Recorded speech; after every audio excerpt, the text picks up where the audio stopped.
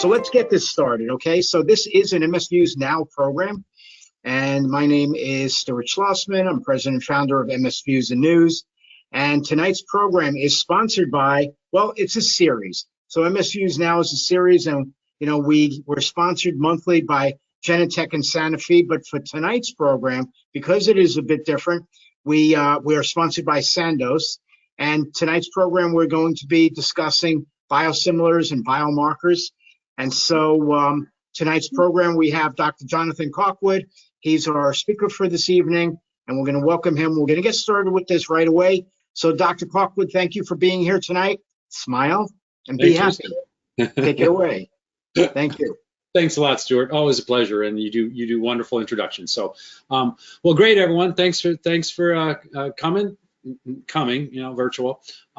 This title slide doesn't. We're going to talk about biosimilar and generic drugs too toward the end, but I wanted to talk a little bit about something that's really emerging. Well, I got to say there's some biomarkers emerging, but there are biomarkers that we've been using for a long time. Maybe we don't really know them as biomarkers, but we use biological markers of disease activity in multiple ways in both the diagnosis and management of MS. And so I'm going to talk about that a little bit. And then at the end, some exciting things about some new generic treatments, biosimilar treatments that are going to be available for MS.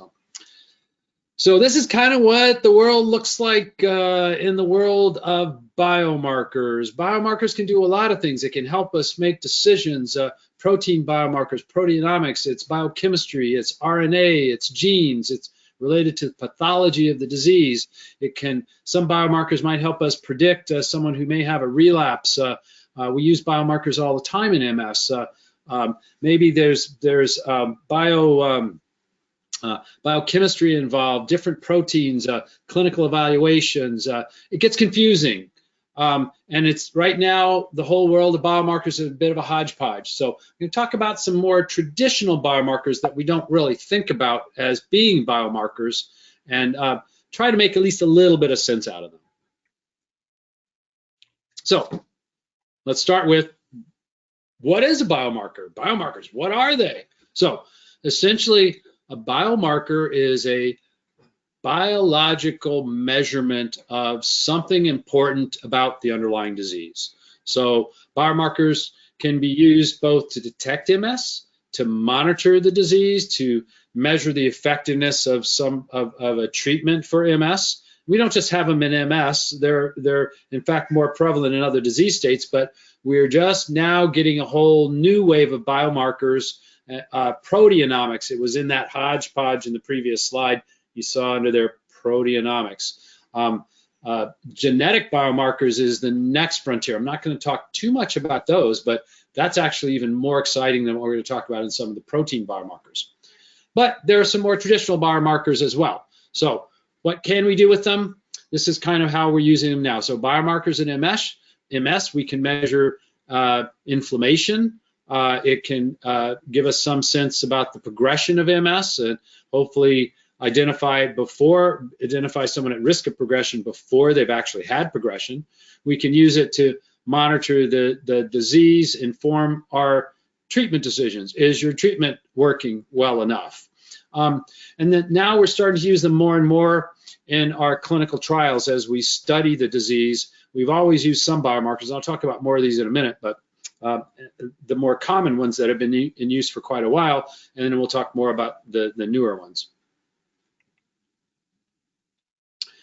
So here's kind of an overview of both the existing biomarkers we have in MS, and on the very far right, you see proteomics. So MRI. I've been around a while. I was treating patients with MS before we had MRI scans. And oh my God, MRI has made such a big difference in our ability to diagnose the disease, to detect the biological abnormality. In the case of MS, it's a lesion on the MRI scan. Now, lesion isn't specific to MS. The term lesion just means something abnormal on the scan. Lesions of MS have particular characteristics, size, shapes, locations. So MRI would be considered one biomarker of disease activity in MS.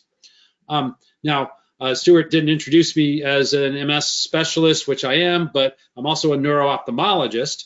And as a neuro-ophthalmologist, I've learned to use the eye, big surprise, the eye as a biomarker for MS. Well, it turns out that in the very back of your eye, you have the optic nerve. The optic nerve is charged with carrying information to your brain. That information is carried by, guess what, nerves. There are 1.2 million nerve fibers in each of your eyes on average. And if MS is causing damage back here in the brain, it can show up here in your eye. So I'm going to talk about optical coherence tomography. We'll just call it OCT for now. There's another biological marker that's a visual measurement called low contrast visual acuity. I'll talk more about that one later. And then MSFC, so multiple sclerosis functional composite. That developed out of a understanding that the next biomarker I mentioned, EDSS, really wasn't all that sensitive. So the MSFC measures things like dexterity coordination. That little image you see there is a 9-hole peg test and a timer. We time how quickly you can take the pegs, put them in the holes, take them out, and that correlates with cerebellar disease activity, the base of your brain. It correlates with damage in the spinal cord where you may lose sensation, so it's harder to move the pegs around. EDSS, Expanded Disability Status Scale for MS. Combination, it's more than just a neurologic exam. It measures really specifics about people's ability to function. Spinal fluid. Some of you might have had a spinal tap to diagnose your MS, or not so much diagnose, but rule out other diseases that could mimic MS. And spinal fluid is a biological marker of disease activity. And then lastly, proteomics. So I'm going to go into all of these in more detail. All right, so I want to talk a little bit about the immune system because we kind of need to understand the immune system and how it interacts in persons with MS to kind of understand how the biomarkers are important. So the immune system we can look at in several ways. There are several different players or actors. The adaptive immune system is the part that seems to be most important in MS. Your adaptive immune system is that part of your immune system that learns when it sees a foreign invader, it attacks that foreign invader and destroys it. It will take kind of an immunological fingerprint of whatever that virus, bacteria, whatever it kills. And then it checks in with the database of all that is self. And if the immune system makes a mistake, everyone's immune system does, but in a healthy immune system, if a mistake is made, then that mistake doesn't get spread to the rest of the immune system. In the case of MS or other autoimmune diseases, when the immune system makes a mistake, that mistake gets propagated, gets spread out the whole immune system, so the whole immune system starts attacking myelin or nerve cells in the case of MS. So we'll talk more too about MS. It is an autoimmune disease, and what that means is that the immune system is attacking self, and that the failure is correcting that initial mistake that's made. So, and then when we look at the actual immune system activity in the brain, that's where we see things like the image of damaged myelin and all of the inflammatory cells you see in that image. Let's go on to the next one. All right, now here's a normal, healthy neuron. This is so you see the cell body of the neuron, where the sign neuron, where the little label neuron says, then you see the axon, the myelin around the axon. So when myelin is damaged, myelin gets stripped off of that nerve cell, and that nerve cell may, if it gets exposed to the intracellular environment, many times it dies. So in some cases, MS is just damage to the myelin. In some cases, it's actually killing nerve cells. And to some degree, in every lesion, so there's some scar tissue, there's some damaged myelin, and there are nerve cells that are dying or have died. Move on to the next one.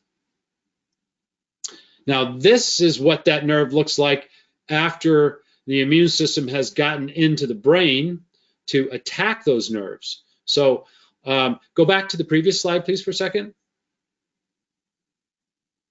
Healthy, you don't see any immune cells all over the place. Now, those little tiny dots you see are chemical messengers. There are a lot of proteins. I said proteomics, I'm foreshadowing. There are a lot of proteins that are really involved in the immune system communicating. T cells drive a lot of the attack. B cells send chemical messengers to help tell the T cells what to attack. Macrophages go in there after the fact, and they clean up all the dead tissue. And in some cases, well, actually macrophages have a role of taking that immunological fingerprint and then presenting it back to the back to your database of self. So macrophages are important both in cleaning up the mess, but they also cause damage to nerve cells as they're cleaning up the mess caused by the inflammatory T cells and B cells that get into your brain. Go back to the other slide for a second, please.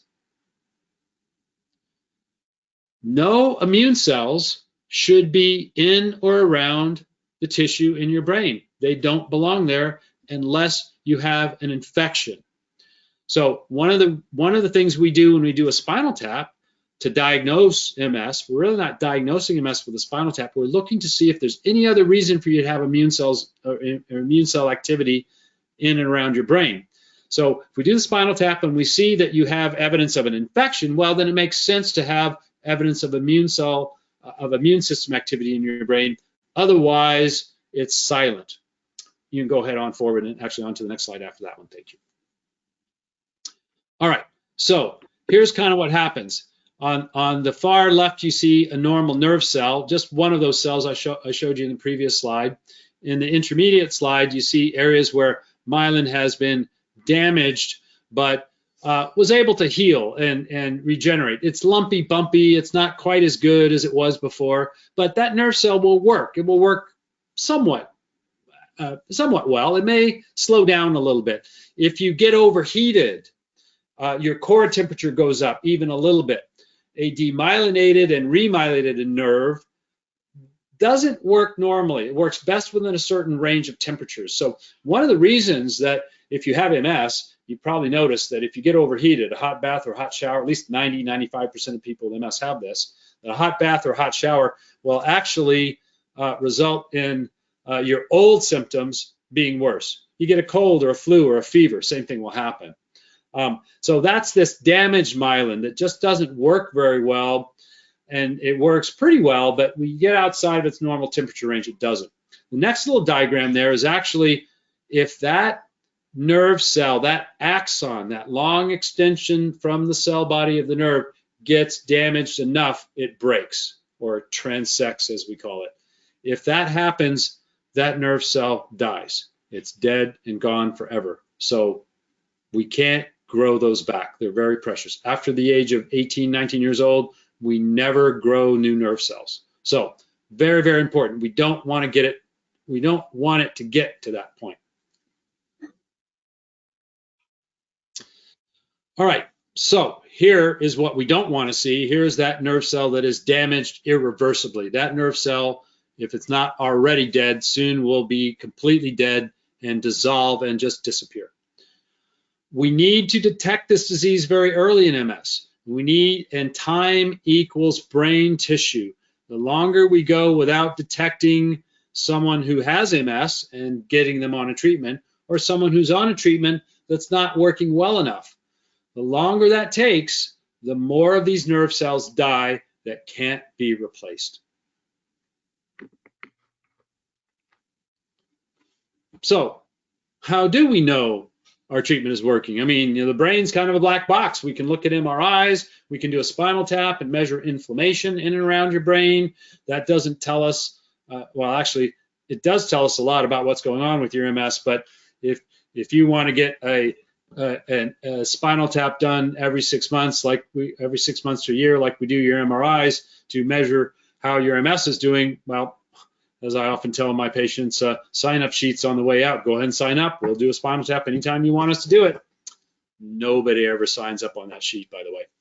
So it's kind of a black box. How do we know what's going on? Let's find out. How do you know your treatment's working? Well, I tell this to other neurologists. When you're a neurologist managing MS, it's like this. We're driving the bus of MS while looking in the rearview mirror. So by that, what I'm really trying to say is the biomarkers we use in MS, at least most of the current biomarkers we have, are backward looking, not forward looking. Those biomarkers are measuring things that have already happened to you, even if you didn't feel it. Let's say you get a new white spot, new lesion in your brain. Your neurologist says, hey, there's a new lesion. Uh-oh. You go, really? I didn't notice anything. Well, that's true. You may not. But other things we might use might be changes in your disability scores or your timed walks or your 9-hole peg test or some of these other measures where I'll talk about some more in a minute. These are things that have already happened to you if you have MS, have already killed nerve cells, have already caused some kind of permanent damage that we cannot completely reverse.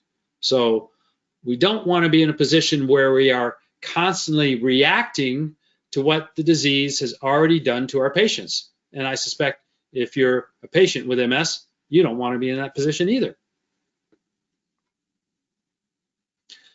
So let's talk about kind of the long-term journey.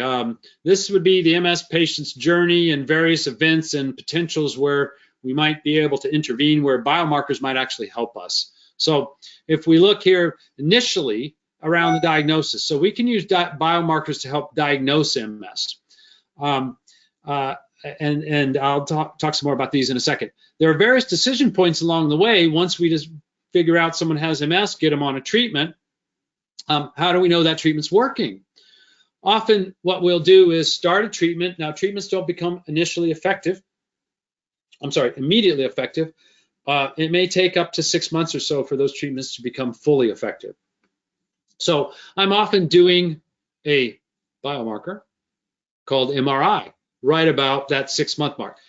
Start the treatment, give it time to work, then we do the MRI scan.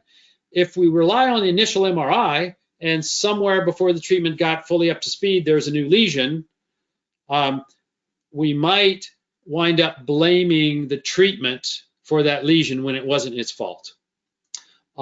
So that's one opportunity. We do a baseline MRI, baseline neurologic examination after the treatment's had time to become fully effective.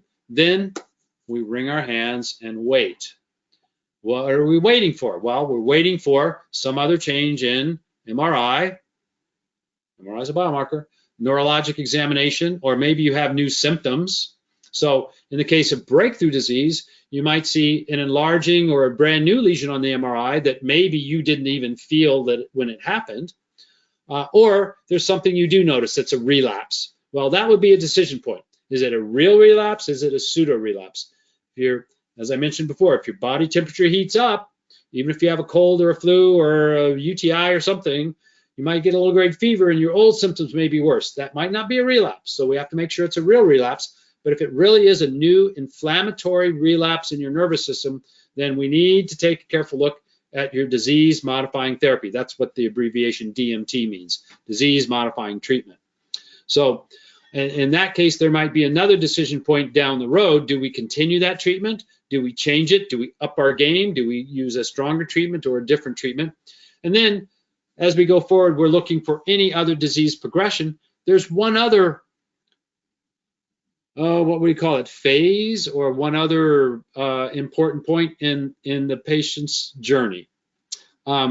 We don't know really that people with MS need to be treated their entire life.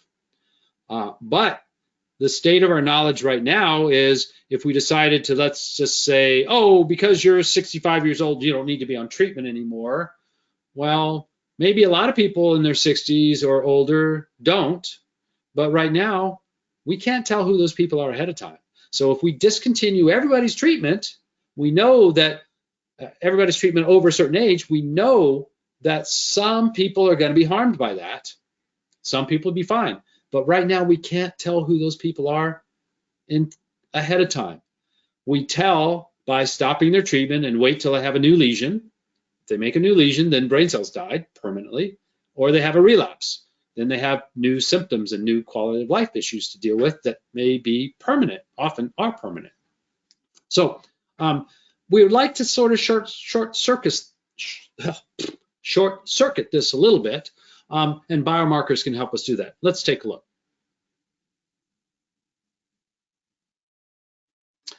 promised you MRI as a biomarker. Well, here it is. So magnetic resonance imaging, MRI. In this case, you see a brain on the right side, you see a spinal cord, and then there's a small image of a cross-section of the spinal cord. The spinal cord MRI, that's that long, skinny thing with the white on either side of it. Looks almost like some train tracks going down there. Well, between the train tracks, you see little white spots. That is the spinal cord in the neck, the cervical spine up in this area. The brain, this particular brain imaging doesn't actually show a lesion, but these are the most important, one of the most important biomarkers, both for diagnosis, allows us to detect the disease early, allows us to monitor the disease over time. We can detect structural changes in the brain and spinal cord that can be associated with MS.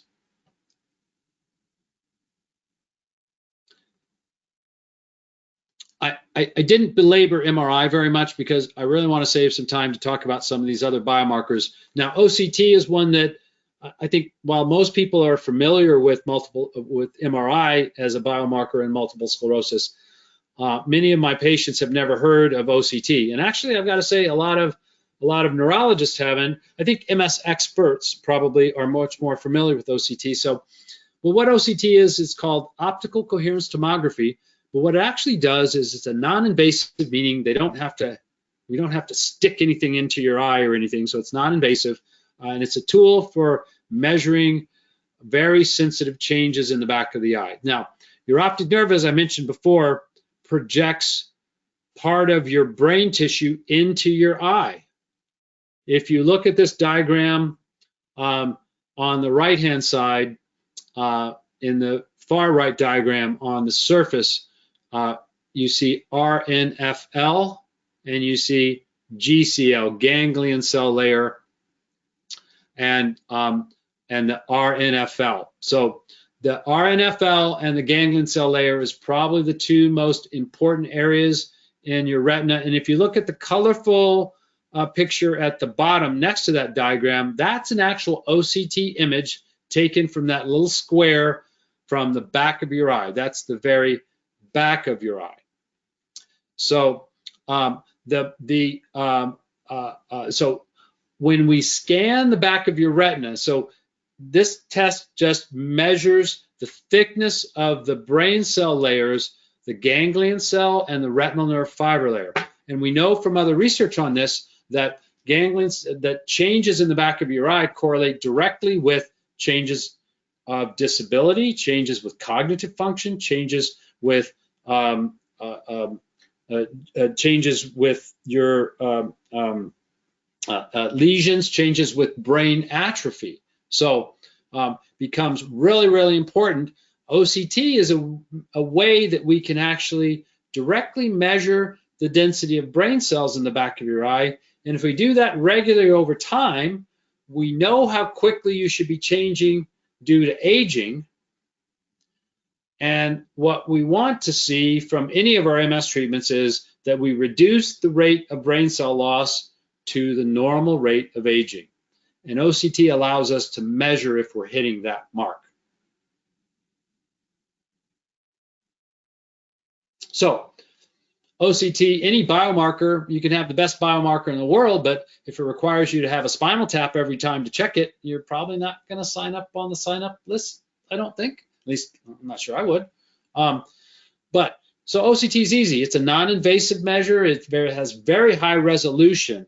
You have, I mentioned before, you have 1.2 million nerve cells in each eye. OCT could tell if you lost even 1,000 nerve cells. That's how sensitive it is. It's cheap. It's a lot cheaper than MRI. OCT, if you look at your EOBs you get from your insurance company, well, we charge about $300 for it. Your insurance company pays about $80 for it, but it's cheap.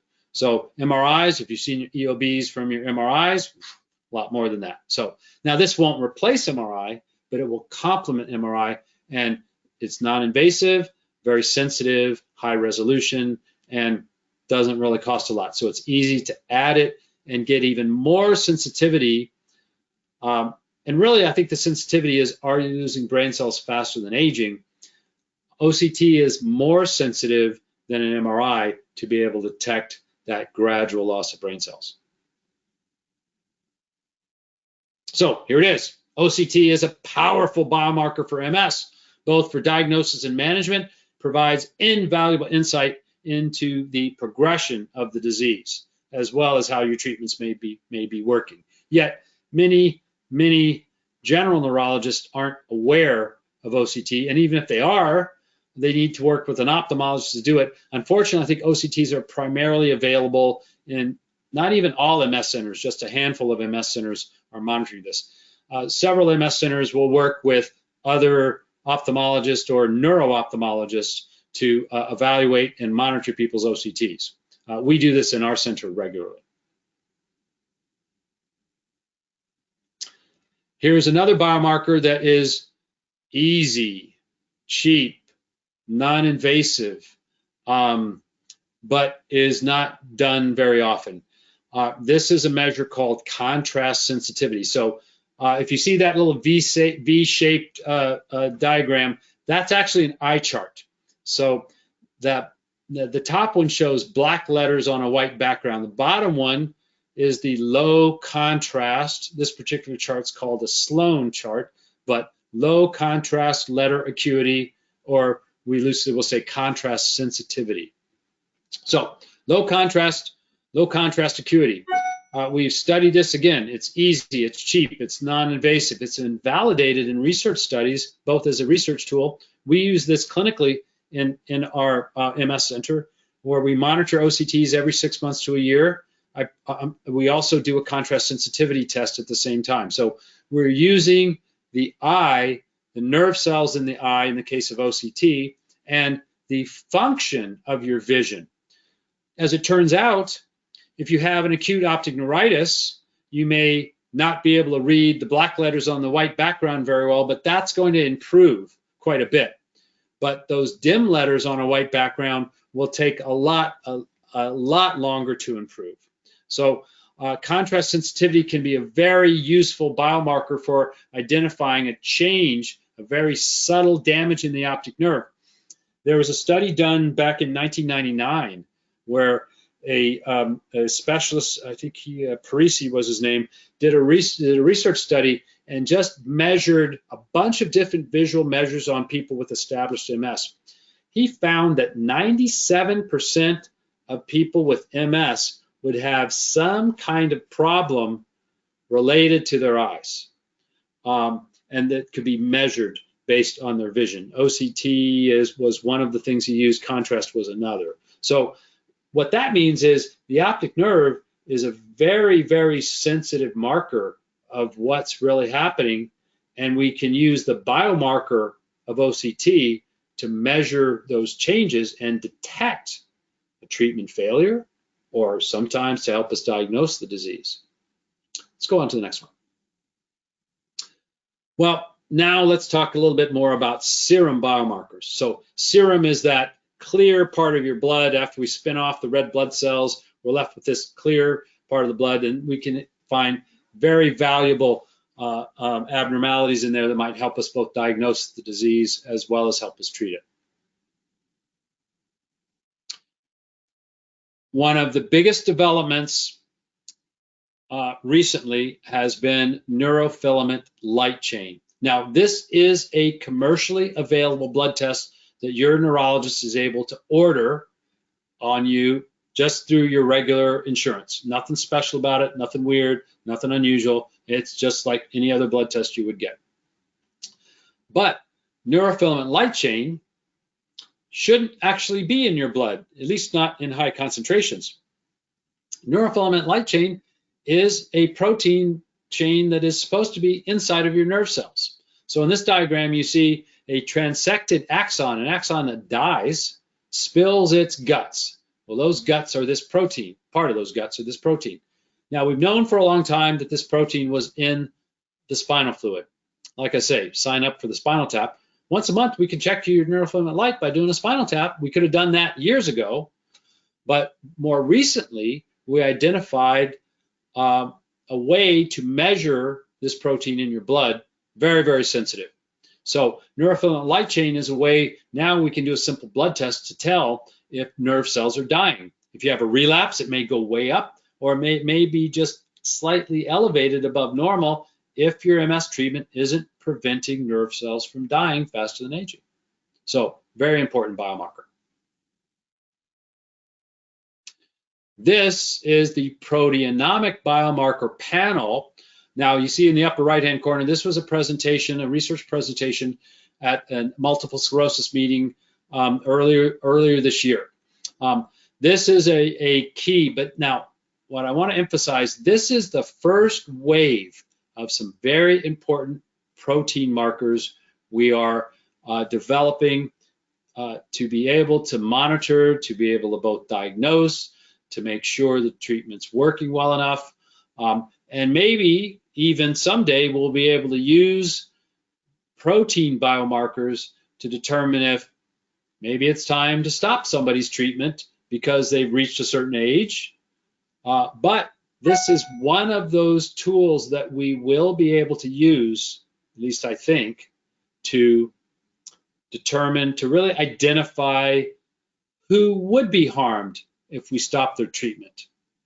Or at least stop the treatment, measure the biomarkers. If they go up, put you back on quick. So I think this tool, as it stands right now, is going to develop into a tool that also can measure progression. The tool we have currently measures these 4 spheres. So this measures neuroinflammation. If you look in the little 4 circles that overlap there, the tiny little dots, the tiny letters are the different proteins. 18 different proteins can be measured, and they correlate with different aspects of myelin damage, nerve cell damage, inflammation in the immune system, or healing factors in the immune system. So this is a very important test. It's the very first wave of many, many, many more improvements in our ability to detect and manage the disease. This is the first one, and it's finally here. So this is called the MS Disease Activity Score.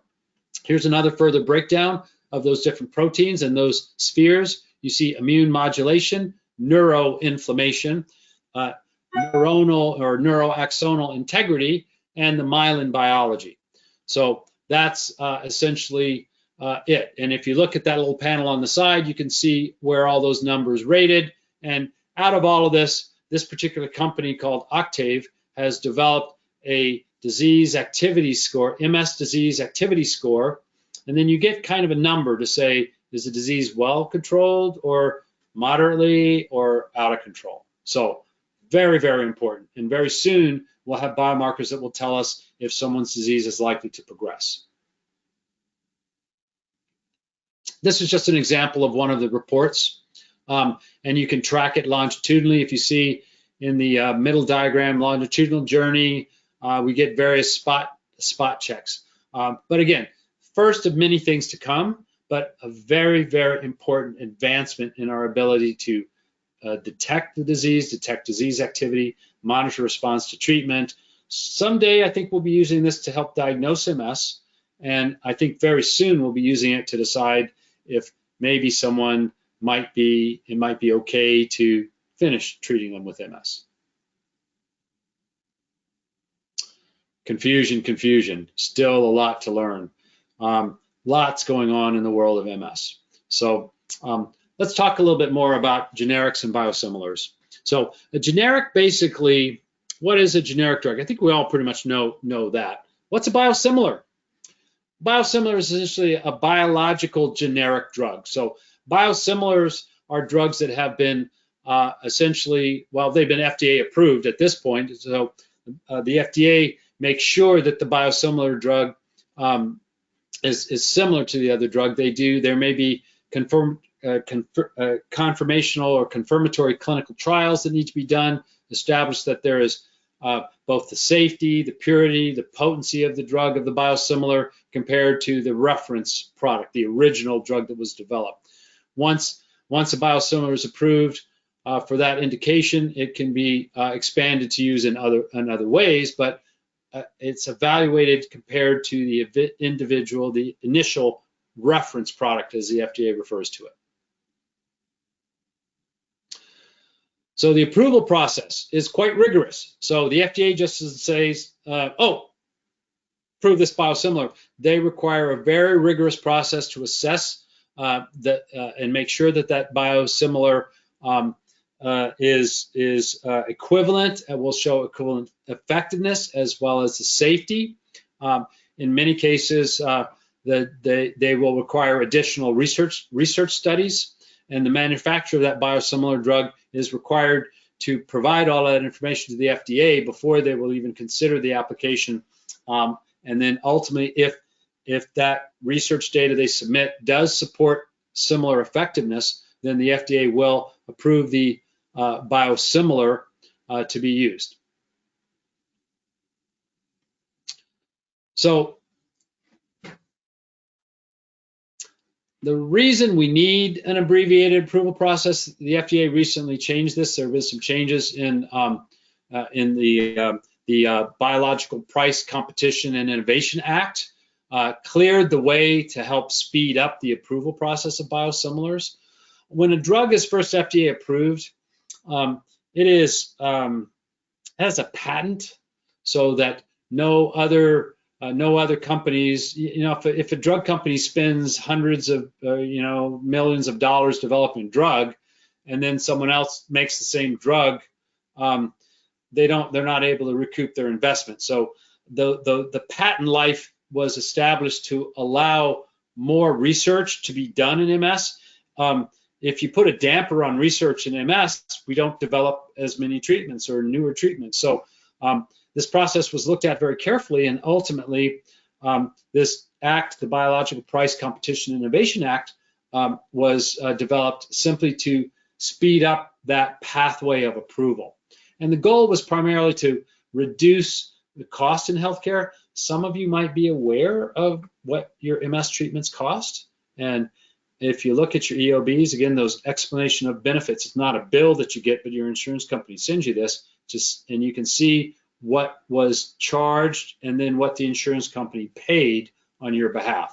And those numbers have a lot of zeros. These drugs are really expensive. So one of the goals of this act from the federal government, was to reduce the cost of treatments to allow more people access to treatments, but they still have a very rigorous process for assessment. So I'm not going to go into all of these little bullets, but you can read some of them for yourself. This is kind of how we go about it. There are various analytical studies. By the way, I'm sorry about the fine print on this particular slide, part of the slide deck. I took this directly from the FDA's website. So this is specifically their information that's out there for anyone to see about biosimilars. And so are they really interchangeable? Well, pretty much. I'll show you another study in a minute. So there might be animal studies involved to make sure that the biosimilar drug isn't more toxic or have more side effects or bad things that might happen that the reference product wouldn't. Clinical studies are often required. There may be additional data requested over and above that from the FDA once they look at the initial submission.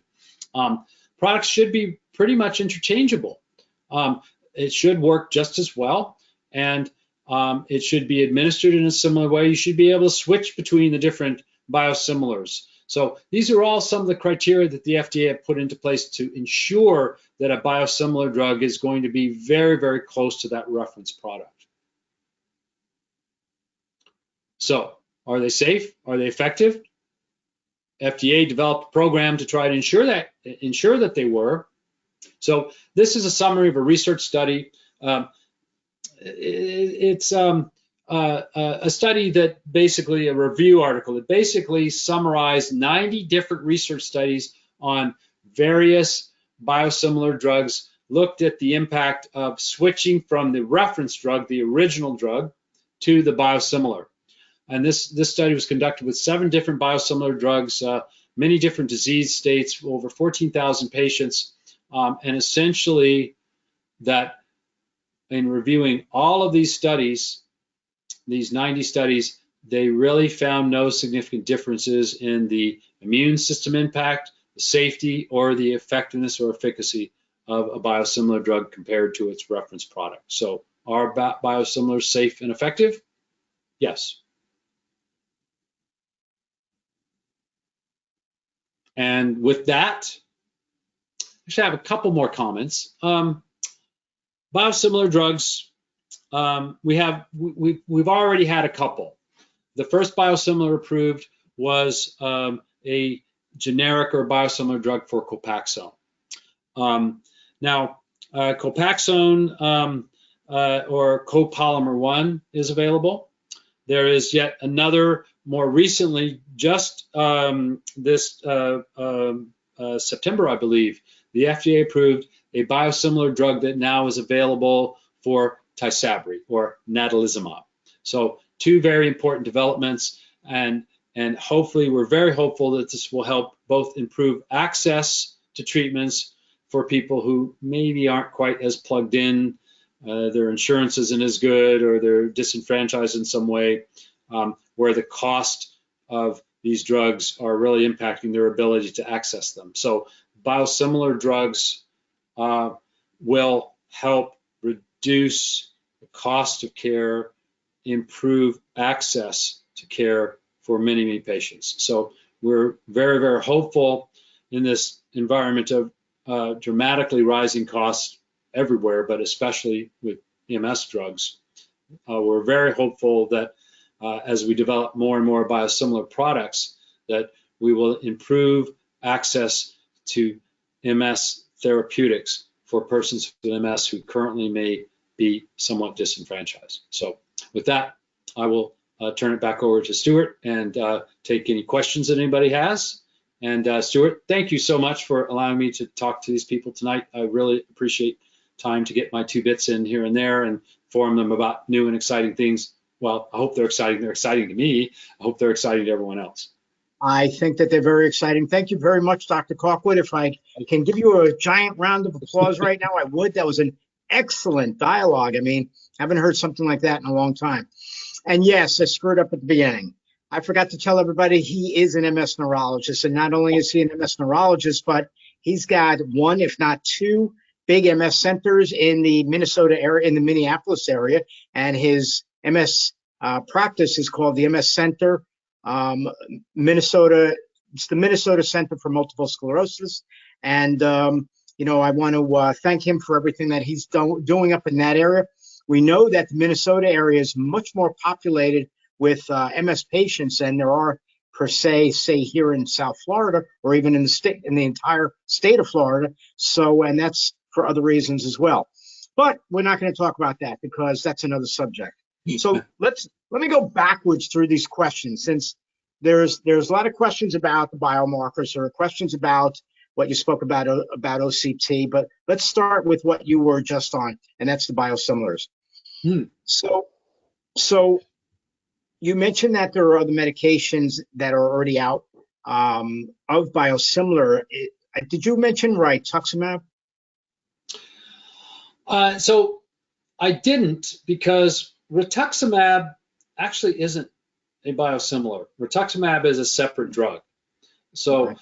Rituximab was really the original precursor to the drug we now know that is called Ocrevus. So while I think rituximab, while it's a separate drug, I guess we could argue that a little bit as a biosimilar, in that rituximab is the identical molecule. It's made by a different tissue culture, but rituximab was originally approved as its own drug called Rituxan, and it's delivered in a different dose, even though it's the identical molecule, and it has some different side effects. So rituximab, I guess, is kind of in a gray area. I actually don't know if we would consider that a biosimilar. In some ways it is, but it really was the precursor to the drug we now know as Ocrevus. And the major change in Ocrevus was Ocrevus and Rituxan are made in a similar way, but the tissue culture, these biological drugs, are difficult to make. So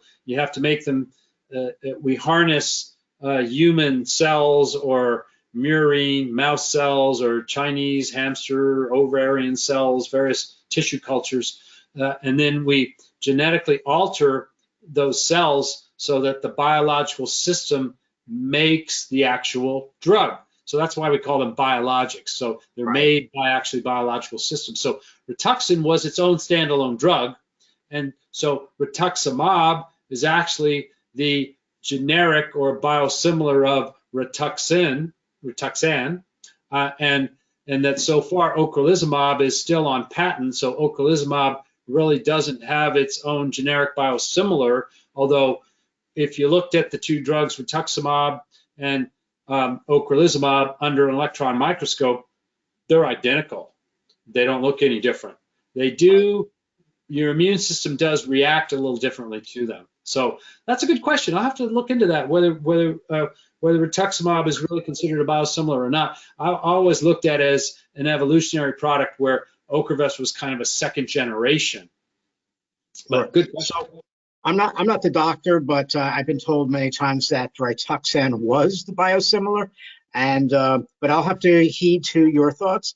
And but that and that's why, like Rituxan, for many patients or many doctors, they're not waiting the 6 months to use, and they're coming up with their own formulas on how to use that. Yeah, we played around a lot with rituximab. There were some early studies that showed how that rituximab was really quite effective. It was the first time we'd ever really experimented with B-cell treatments in MS. So the original studies in rituximab in MS were effective. The original study in primary progressive wasn't quite, but it did give us the information and the understanding to move forward. So I guess, and I might be wrong on this, Stuart, too. I think more of the biosimilar drugs as a drug that is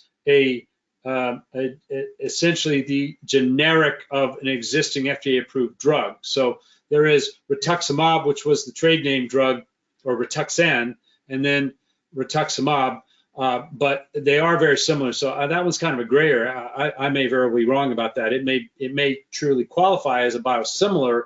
Our more recent biosimilars we've gotten in MS have actually been the other way around, where we developed a drug for MS, and then that drug, a biosimilar drug, was developed after that drug was FDA approved. So I think rituximab could be an example of that at many levels. So you may be right on that. I don't think of it as a biosimilar for Ocrevus. I think of rituximab as the generic biosimilar for Rituxan, but just how I think about it. So you hit on something, though, that is another question that came up, and that is that, so you mentioned the word generic, and so that hits on my next question.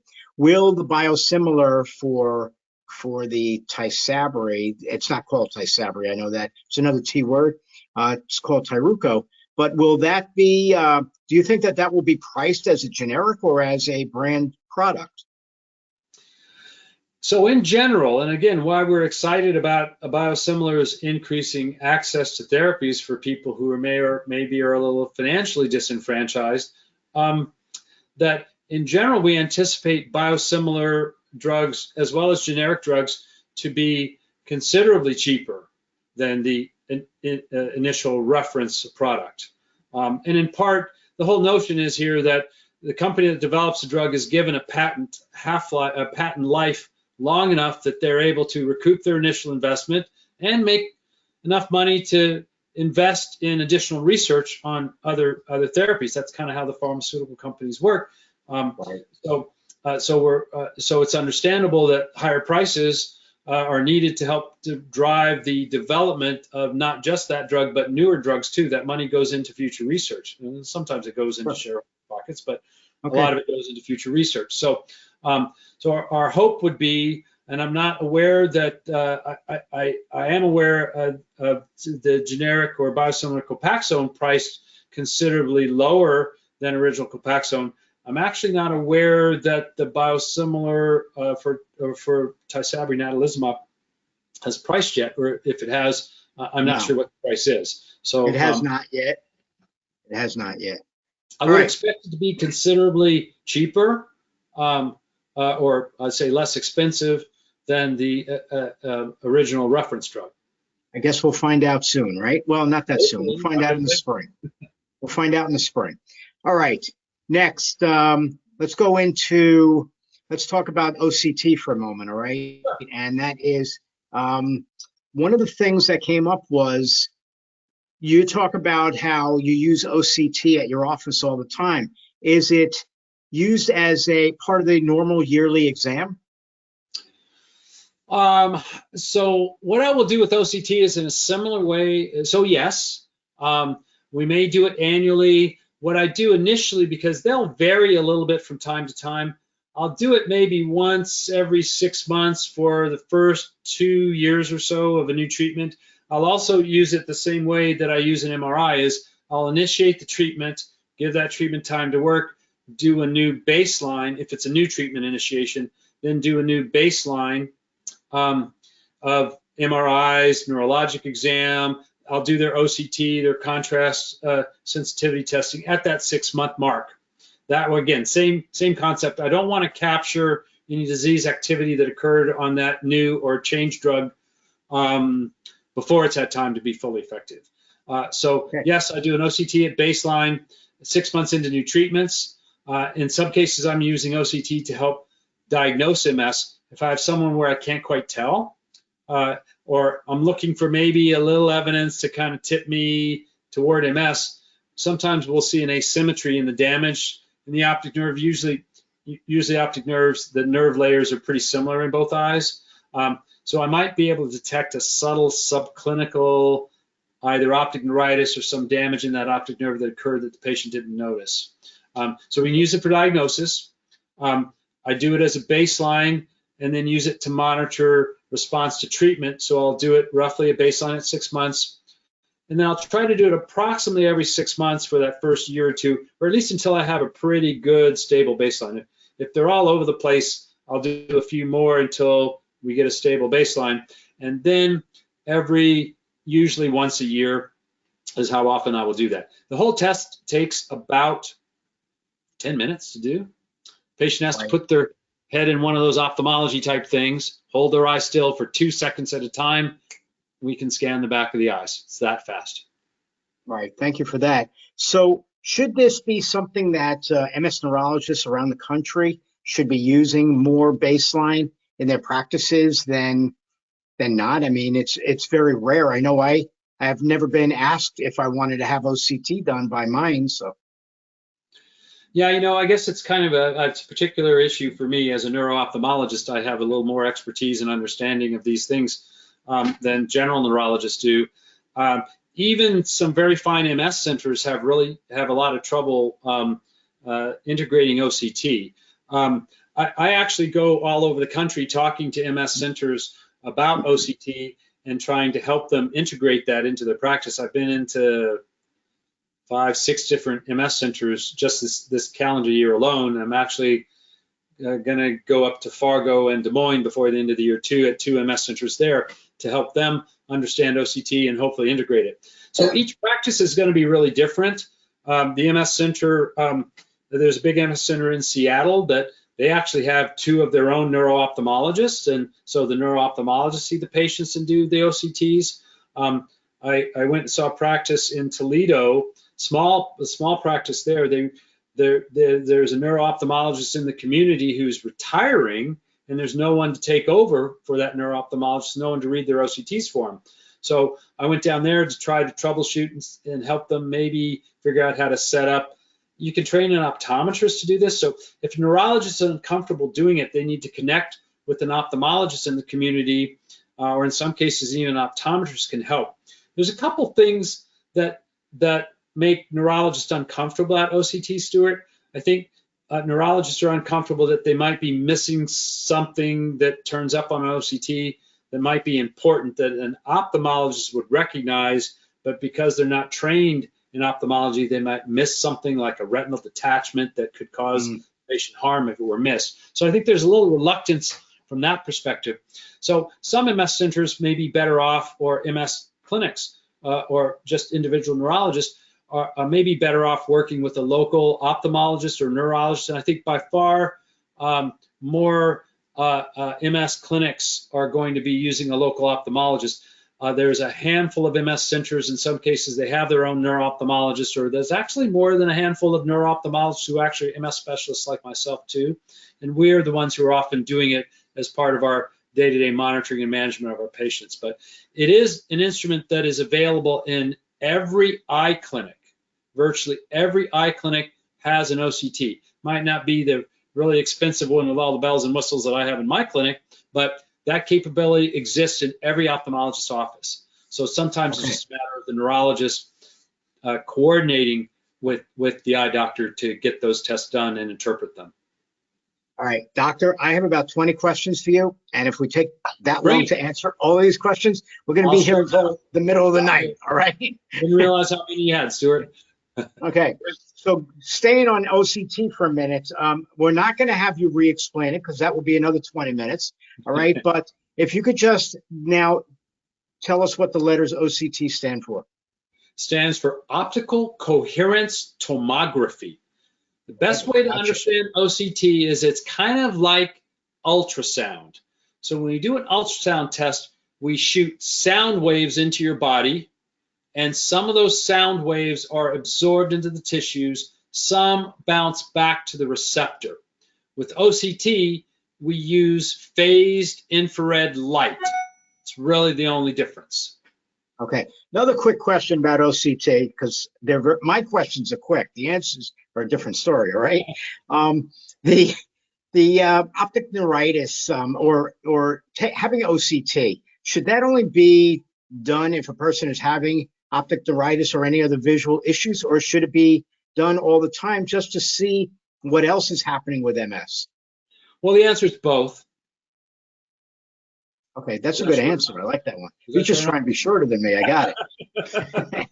Like a little bit longer? No, that was good. That was good. Let's stay with that one for a minute. Yeah. All right. I think it's important to diagnose optic neuritis, and it's also important to track changes in the disease over time, as well as making sure the treatment's effective.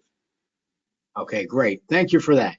Now, let's go with, boy, we have so many things. Maybe I did have another one on optic neuritis. I got a lot of things that were asked online, so I got to look at those first.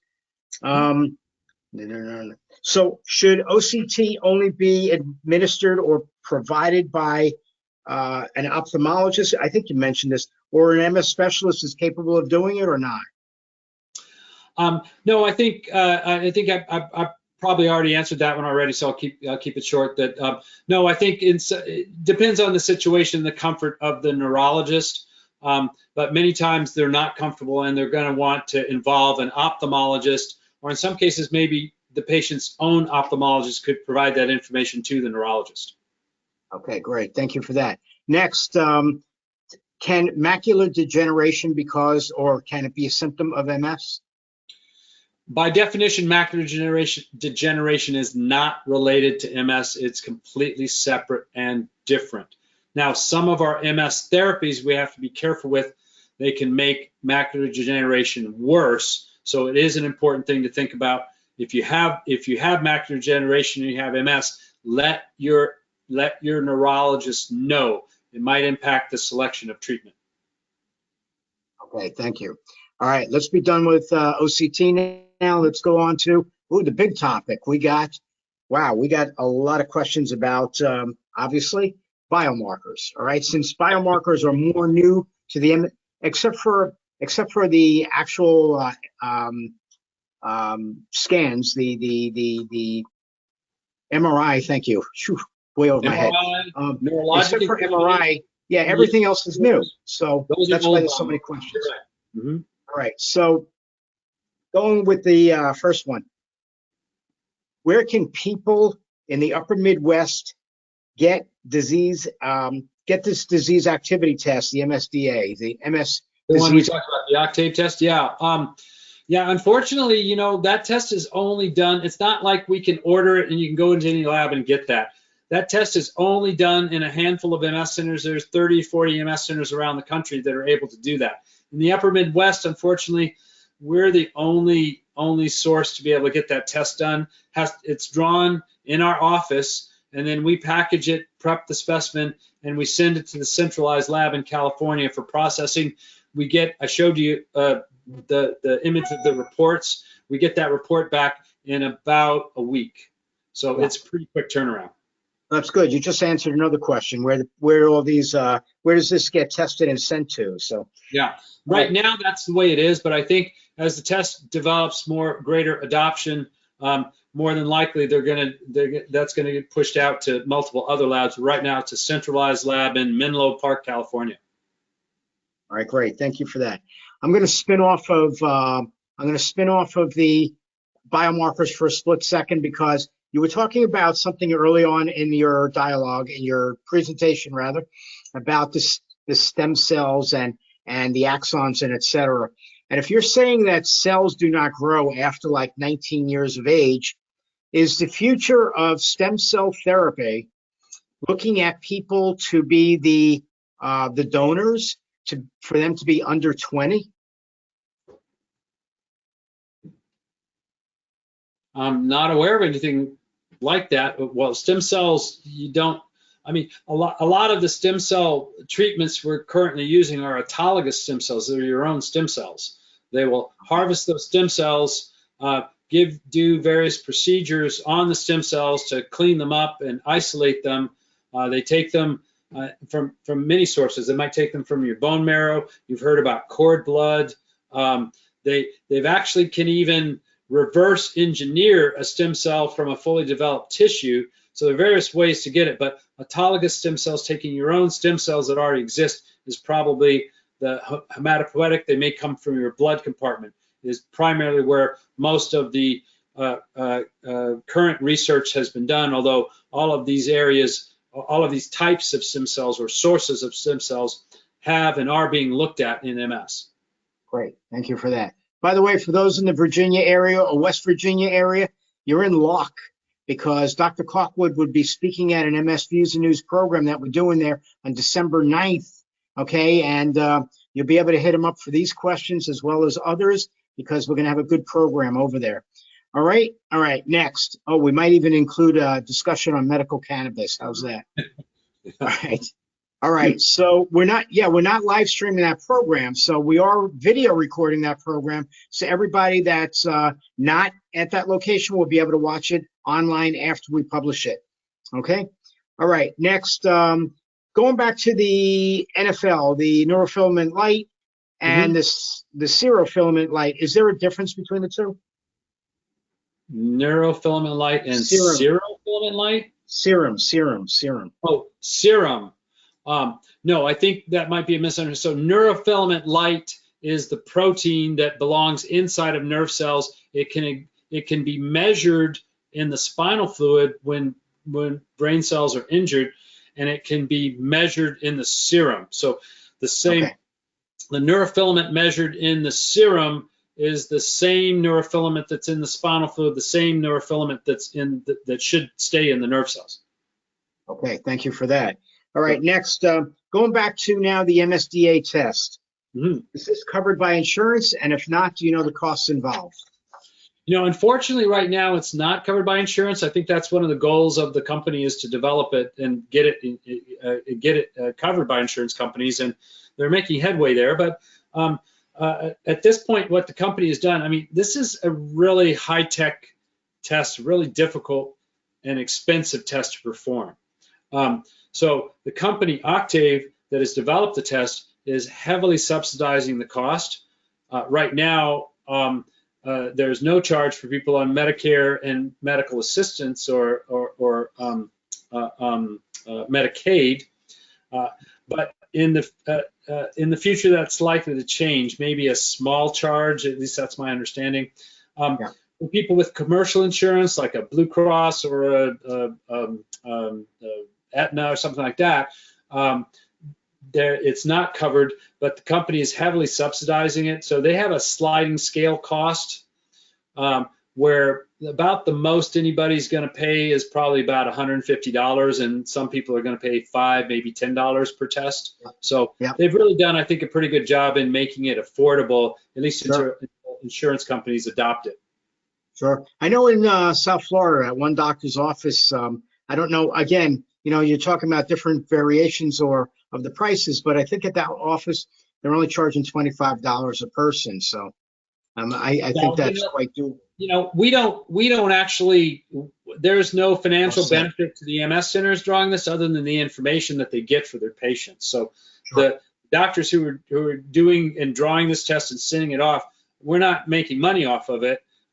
It's really just that information that's really valuable to us. So I think that is probably the most important thing to consider. And we don't you don't pay your doctor for the test. You do the test, then the company will contact patients directly for the charge. And also, if it's going to be more than $150, the company says they will contact people before they run it. So no one's going to get any surprise bills here. Sure. Thank you for that. So the difference between the NFL test and the Octave test, where do you feel that it's going to be better utilized at this point in time?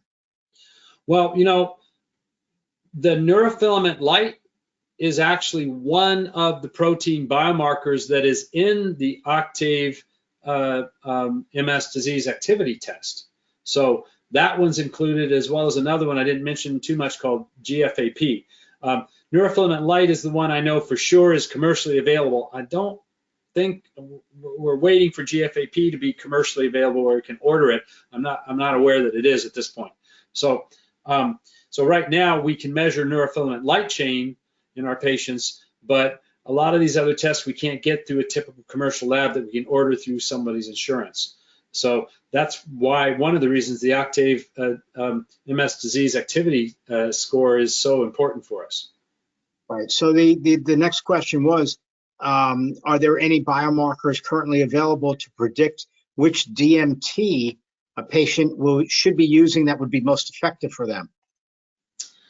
You know, I was literally having a conversation about this today, and we were going over some of our Octave reports, the disease, MS disease activity reports. And what I have to tell you is I can't answer that question yet, but I asked the question to the representative, the medical science representative from the company. They're going to go back and dig through their data, and they already are kind of looking at this, but specifically to say, might we see a different signature of protein responses when a drug works in a different way? So we have what's called MOAs, mechanism of action. So a drug like Ocrevus, Rituxan we talked about, works completely different way than a drug like natalizumab, Tysabri, or the biosimilar natalizumab. Stuart, that's news to me. What's the biosimilar, the name of the biosimilar? You mentioned it before. Tyruko. Say it again. Tyruko, Tyruko. Okay, I learned something. I didn't know it had gotten a name yet. So those drugs, because they work in different ways, you can anticipate that they might impact some of those proteins a little differently. So it's a very interesting question. Right now, the answer is no. The way we tell if a drug's working still the same. It's still our grandfather's Oldsmobile. We still have to look at it the same way.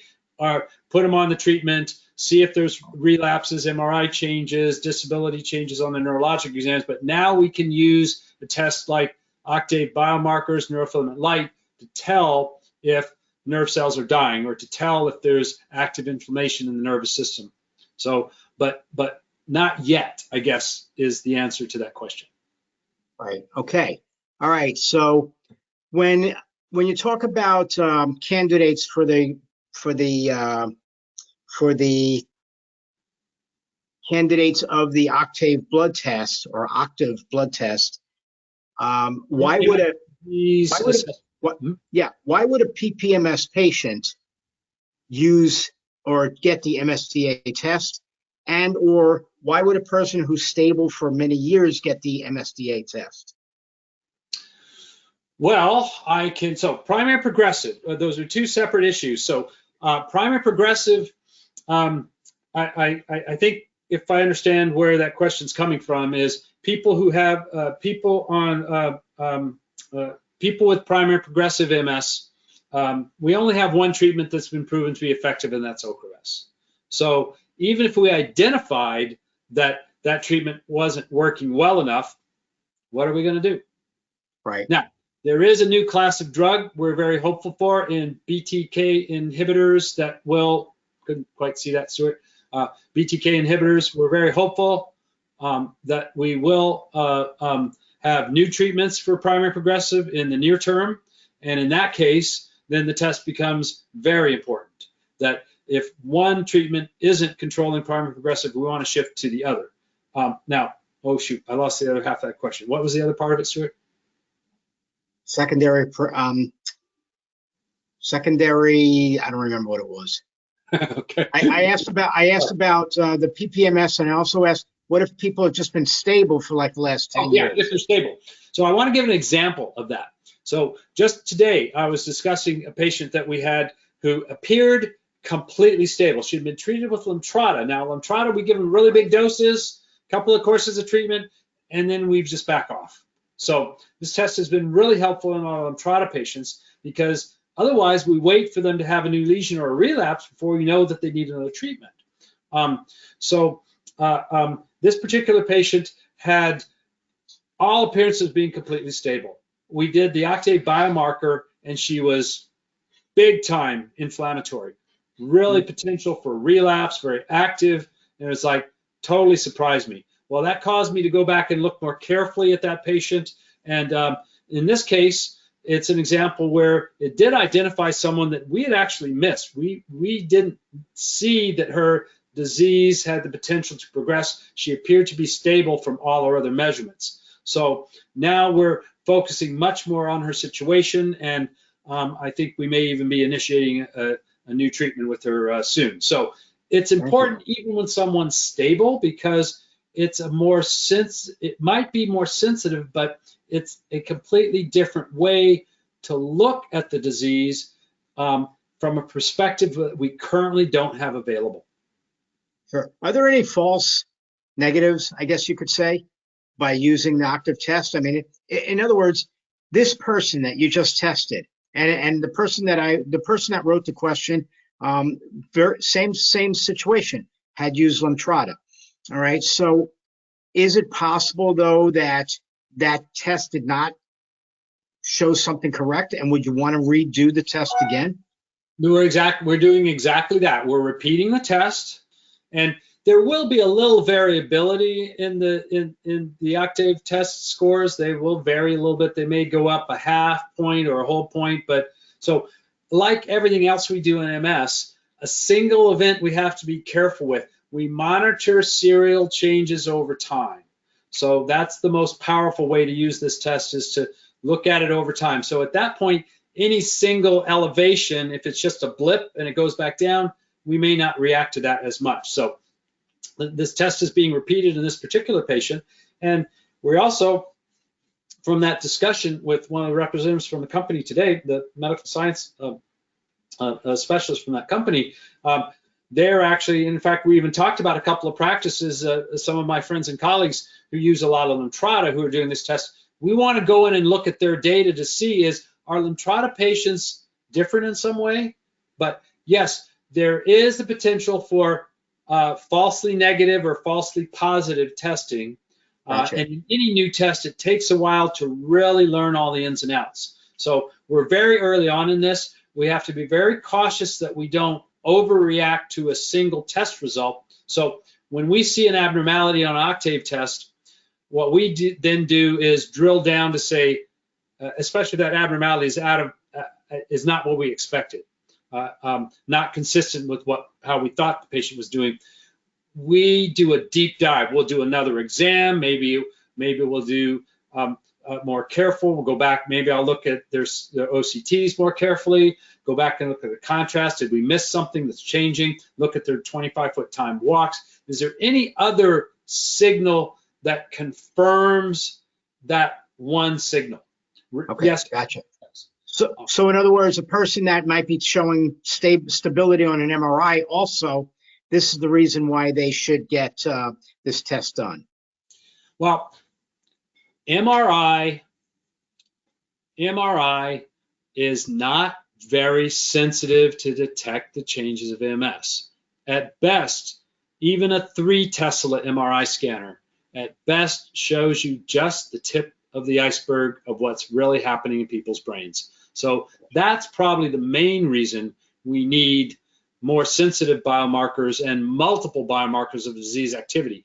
There is not any one biomarker that is sensitive enough to really tell us how our patients are doing or predict how our patients are going to do in the future. So using multiple biomarkers now is the way to go. Okay, thank you for that. All right, the next question, those Those were impeccable answers that people needed to hear, and I'm going to ask my video team to dig out this portion of this video, and let's just make this something for people to see in addition to it being the whole video. Okay, you got that, Bill? I know you do. All right. So, yeah, Bill's in the background, everybody. Bill's our video producer that's been around for a long time. This picture that I was showing was, I guess you can't see it too well. It wasn't, I couldn't see it very well. There we go. TYRUKO. Boy, they've run out of names for drugs coming up with. They're always coming up with weird names. So yeah. It's always derivatives of something to do with the compounds of the medications, I guess. All right. So another person is asking. We're going to stray a little bit away from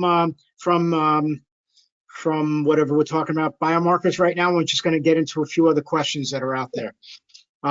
What could cause a heat stress pseudo-exacerbation? And the question is, could a heat stress pseudo-exacerbation lead to increased NFL levels?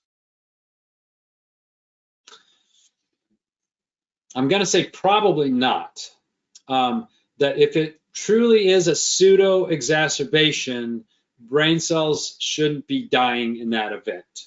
So if in fact, one of the ways, one of the things that we do when we suspect someone is having an exacerbation is we order a neurofilament light blood test. And if that protein level goes up, or if it's above the normal level, or if it goes up from the baseline, then we can identify that event. Now, we have to be careful with neurofilament light, because anything that damages brain cells, that kills brain cells, the neurofilament light will go up. So if that patient, as a result of their pseudo relapse, fell and hit their head and got a mild concussion, then the neurofilament light will go up. So we have to be a little cautious. So the terms we use in medicine are sensitivity and specificity. So how sensitive is the test for measuring the protein? It's very sensitive. So if there is nerve cells that die, neurofilament light is going to go up in the blood. So it's very sensitive in detecting that nerve cells died. Specificity means, is it specific to an MS event that caused the nerve cells to die? So it's very sensitive, but not very specific. Okay, thank you. Welcome. All right, going a little bit off track here. A concern aging out of treatment might give insurance companies the power to deny treatment for those after a certain age. They still need certain age and they still need treatment. What do we do about that? Yeah, it's a problem. I mean, insurance companies, insurance company, they're not doctors. They don't have medical licenses, yet they practice medicine by financial proxy in terms of what treatments people are allowed to have. So as you can tell, I don't agree with that approach, but that's how the world is right now. So what can we do about it? Push back at multiple levels. It's a political issue. We have to push back at political levels. Be active. Reach out to your state attorney general's office if you're seeing things, if your insurance company is doing things. Many states have laws and rules and regulations about what insurance companies can and can't do, and many insurance companies violate those laws. It's hard to even know the laws, but reach out to your MS society locally, local representatives, your state representative. This is a political issue, and in some cases there will be laws on point, but how do you initiate that? How do you get the state to help you in this matter? It's not a federal issue at this point. It's going to be a state issue. Sure, thank you for that. It's a really big problem. And what do you tell patients, or how do you help patients who their insurance company is pushing them to get onto a generic product rather than staying on a brand product? Yeah, so that is difficult. That insurance companies make policies to say everyone goes on to the generic as soon as the generic's available. In some cases, there might be slight differences in the side effects that somebody might have. Some of the drugs are formulated to have a slow release, and then the generic doesn't release quite as slowly. And there's a lot of individual differences as how someone might respond or react.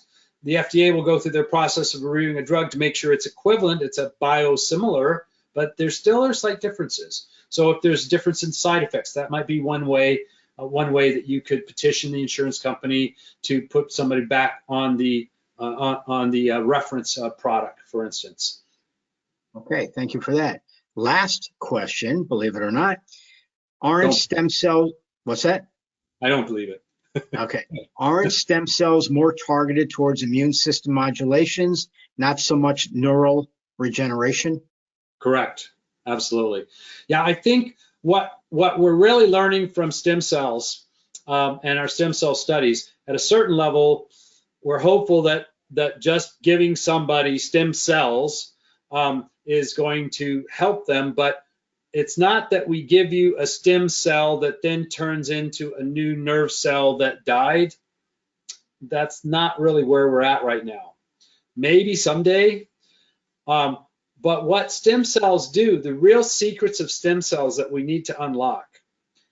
Stem cells release these chemical messengers, protein chemical messengers, that then direct tissues to develop, and the body releases these messages, this complex interaction between stem cells in your body of these chemical messengers that direct cells to grow into certain tissue. So a stem cell itself is a very primitive cell that could develop into a nerve cell, hair cell, Stuart, we both like a little bit of that. Yes. Stem cell, whatever. It can develop into any cell. So what we really need to unlock, the secret we need to understand is, how do we communicate to the rest of the body to drive a stem cell to turn into a nerve cell, and then how do we get it to grow in the right place and to connect up to all the other nerve cells that it should? We could maybe grow new nerve cells. Let's say you got nerve cells that are damaged that tell your right foot to move. If we give you stem cells and they develop into nerve cells and they grow in the wrong place, maybe every time you think your right foot should move, your left arm flies up or something. You know, we really need to work this out, right? So once we understand those secrets, then we may really be down to that regenerative repair and restore lost neurological function. Stuart, that actually was a great question to end on. That was. So you have to thank Kevin for that. So he's the only name I mentioned tonight, and we'll mention Kevin's name again. Kevin comes up with a lot of great questions, but there was a Maria and there was a Carla, and there were many others out there that did ask their questions, and I want to thank them all for asking their questions, because we would not have been able to do this program without it. So, sure. You know, I want to thank them all. All right. So, Dr. Calkwood, you were out of this world. Okay, well, you were out of this world. I enjoy this very much. The patients that were watching tonight, we got a ton of comments, and that right now people are responding also. Yes, he was. Yes, he was. He's phenomenal. Blah blah blah blah blah. Okay, that's very sweet. I appreciate that. So you got it all, and I look forward to seeing you again in the near future, and getting you online more often as well. Okay. Fabulous. Love it. Thank you, Stuart. Thank you very much. Thanks, Cheers. everyone. Thanks for turning up.